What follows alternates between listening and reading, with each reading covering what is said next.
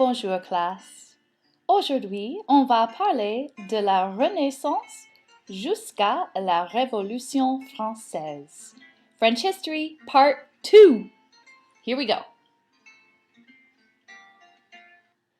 So one thing you're going to want for today's notes is probably your vocab sheet from last week, if you still have that.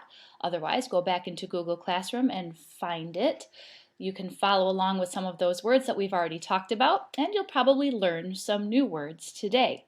Your job, just like last time, is to follow along as I read through the notes. I'll probably pause occasionally to explain some things. And annotate the notes. Look for words you recognize, circle the words you don't, and then later on go and look those words up so that you fully understand what we're talking about here. The history today will begin with the Renaissance, it will go through the French Revolution, and that's kind of where I stop, because after that, French history gets really messy and kind of crazy. Super interesting, but in the 15 minutes that I have here, I don't really have time to get into all of that. So that's where we're going to end. And hopefully this will be helpful for those of you who are taking the AP Euro exam starting soon. That's next week, yes? So we got to get through this next bit of French history. Okay, La Renaissance. Do you recognize this lady here in the painting? We know her as the Mona Lisa, but she is called in France La Joconde. They do not call her the Mona Lisa, La Joconde. Anyway, a good example of some of the early paintings of the Renaissance by Leonardo da Vinci. La Renaissance était une période, une époque très importante qui commençait par rapport à l'Italie, mais éventuellement est devenue quelque chose de français aussi. La Renaissance est le temps de peintres, de sculptures qui sont employés pour les grands rois, comme en France avec François Ier, à l'exemple de Léonard de Vinci. Château de Chambord, c'est l'un des plus grands châteaux en France, avec 440 chambres et un escalier dessiné par Léonard de Vinci. Et ça, c'était fait construire par François Ier. Alors, il faut faire connaissance un petit peu de François Ier. Voici François. Ouh. Voilà. Bonjour François. Comment ça va? Il aimait tellement l'art, l'architecture, la musique et la littérature. Il était un vrai roi de la Renaissance et l'on l'appelait le père des lettres. Not that he wrote a bunch of letters, but literature and art and music and all those sorts of things. He was a great patron of the arts, and that is how some of this Renaissance art and architecture began, because people were interested in funding it. The king was interested in funding it. So Leonardo da Vinci worked for him, amongst others. Son symbole était la salamandre. C'était l'emblème de François Ier qui symbolise le pouvoir sur le feu, donc sur les hommes et sur le monde. Le feu, ça veut dire fire. People believed that salamanders were impervious to fire because they lived in hollow logs in the woods. And when you burned those logs, the salamanders would come scurrying out. So they thought, oh, they can't be burned. And so it's a very powerful animal. And that's why it was his symbol. Château de Chenonceau, lots of beautiful castles. That's what un château is, a castle. These castles were built during the Renaissance. The architecture was starting to soar. They no longer needed the same kind of dark and sturdy fortresses that they were building in the Middle Ages.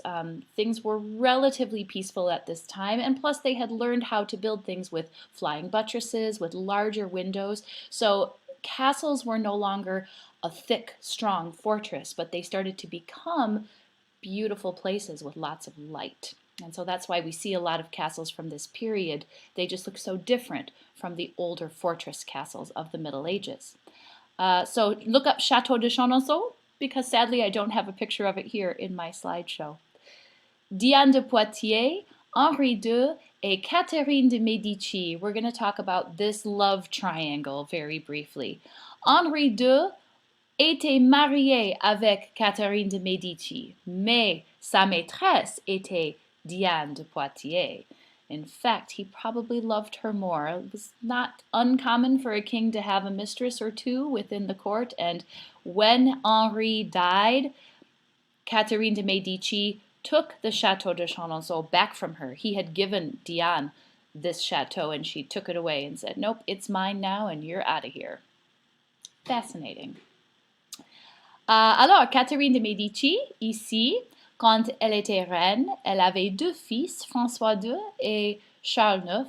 François est mort assez jeune et Charles est devenu roi.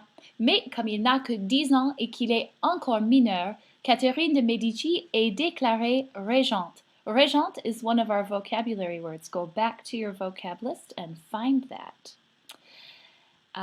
C'est...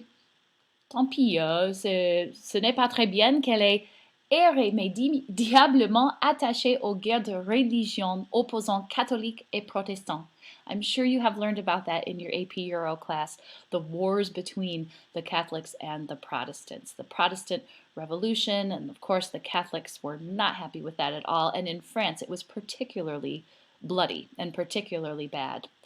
This massacre in particular was one of the more infamous battles that took place. Au total, le nombre de morts est estimé à 3000 à Paris et 5000 à 10 000 dans toute la France. Oh, c'était terrible. Et c'est Catherine de Medici qui a fait une grande partie de ça. Maintenant, on commence avec les Louis. It seems like almost every king in France was named Louis from this point on, and it was a name that got passed down as they became king. So let's begin with Louis XIII.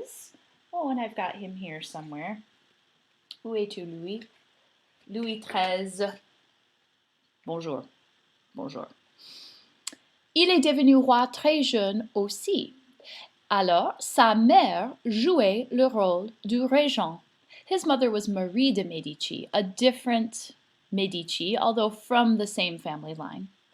Louis a tenu le cardinal Richelieu comme ministre et confiant. Et le cardinal Richelieu lui a fait le monarque absolu.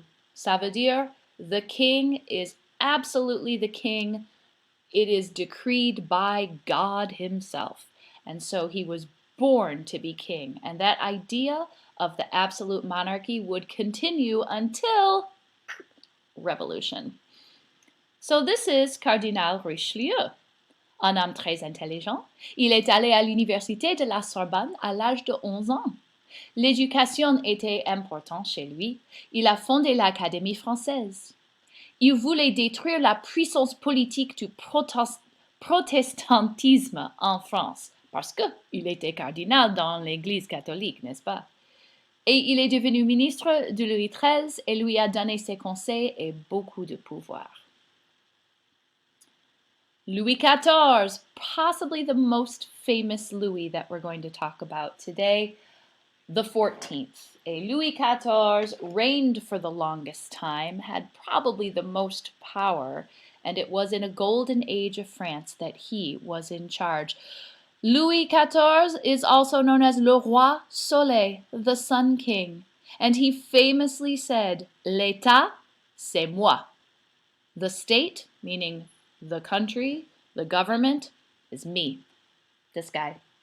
Because again, absolute monarchy. Il est devenu roi à l'âge de 4 ans, 4 years old, and he was already the king. So can you imagine what kind of life he had? Of course he thought that the world began and ended with him, because that's just how he was raised. And that's also how he was treated in his daily life.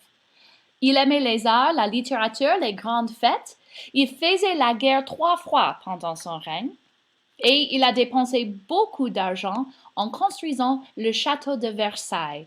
That is his castle. We're going to see a couple of pictures in a moment. Il était roi pendant 72 ans et 110 jours. Très, très long qu'il était roi. Et regardez maintenant le château de Versailles. C'était le pavillon de chasse de Louis XIII. Just a hunting lodge, nothing crazy big. Mais Louis XIV l'a fait beaucoup plus grande et luxueux.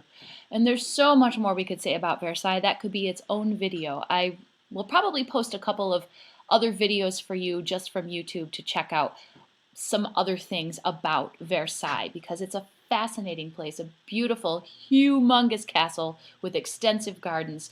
Louis XIV moved the center of government from Paris to Versailles, which is only about these days about 20-minute drive outside of the city, but he wanted to escape the hustle and bustle of city life. And also what became of that was the future monarchs who lived there were much less attached, much less interested, and even aware of what was happening in the city of Paris, which did lead to their downfall. This was also the time that Louis XIV was in power, and then the days beyond that. And I know you guys learned a lot about this because you did your AP Euro Salon with Mrs. Markey. La siècle des Lumières was un mouvement intellectuel initié en Europe. Des philosophes, des architectes intellectuels, la science, l'échange intellectuel en s'opposant à la superstition et l'intolérance et les abus de l'Église et l'État. Very almost anti-religion and pro-reason. So we're all for science and reason and intellect and philosophy, and especially anti-religion because of the abuses of the Catholic Church at that time. So maybe these are some names: Voltaire, Montesquieu, Rousseau, that you have heard of as part of that Age of Enlightenment. The next king, Louis XV, c'était l'arrière-petit-fils de Louis XIV. On l'appelait le bien-aimé après une victoire militaire et une grave maladie, mais il n'était pas du tout un bon diplomate à cause de son personnalité difficile. C'était difficile. Il a perdu la plupart de la Nouvelle-France aux Anglais. Il a dépensé trop d'argent. I mean, really, he was just following in his great-grandfather's footsteps, but you know. Et à la fin, il n'était pas du tout populaire. Et il le savait. His famous quote, "Après moi, le déluge." He knew that the monarchy was no longer popular. He sensed the rumblings of discontent from the French people, and he said, "After me, here comes the flood. Things are not going to go well." But of course it didn't really affect him because he died. His mistress, Madame de Pompadour, has actually a lot of interesting things about her. But since I only have 15 minutes before my video gets cut off, we're going to move on. Read about it. Learn about it. Louis XVI, the last of the Louis, unfortunately. Il était très timide et il s'est marié à l'âge de 15 ans et il est devenu roi à l'âge de 20 ans. Très, très jeune. 15 years old. Most of you guys are 15, 16 years old. Can you imagine being married to someone you didn't even really know at that age and then just a few years later becoming king? Now, one thing to his credit, il a aidé les Américains pendant leur guerre contre Angleterre. Il est très important chez les Américains. Mais pendant ce temps, la dette de France montait de la grande vitesse pendant son règne et il n'était pas bien préparé d'être roi. Il s'est marié avec Marie-Antoinette, qui est venue d'Autriche très jeune pour lui marier. La Révolution commençait en France pour beaucoup de raisons. La dette nationale, la monarchie absolue contestée, la Révolution et la République américaine. Beaucoup de choses ont contribué à la Révolution. Et c'était le 14 juillet 1789 que les paysans se sont organisés et brûlé la prison de la Bastille. Et après ça, la famille royale a été capturée et éventuellement exécutée par guillotine. Oh, c'est vraiment dommage pour eux, n'est-ce pas? Louis en janvier de 1993 et Marie-Antoinette en octobre de 1993 et aussi leurs enfants, also their children. Now, as I mentioned at the beginning of the video, the rest of French history gets quite messy. There's a lot that happens in here. Robespierre, you've heard of Robespierre and the Red Terror. Napoleon Bonaparte, you have learned about him. So continue to study those parts of French history as well. But that's all I have for you today. Make sure that you go into Google Classroom and take the quiz and continue good work for your AP test. I wish you luck. Bonne chance, mes amis, et à bientôt, et au revoir.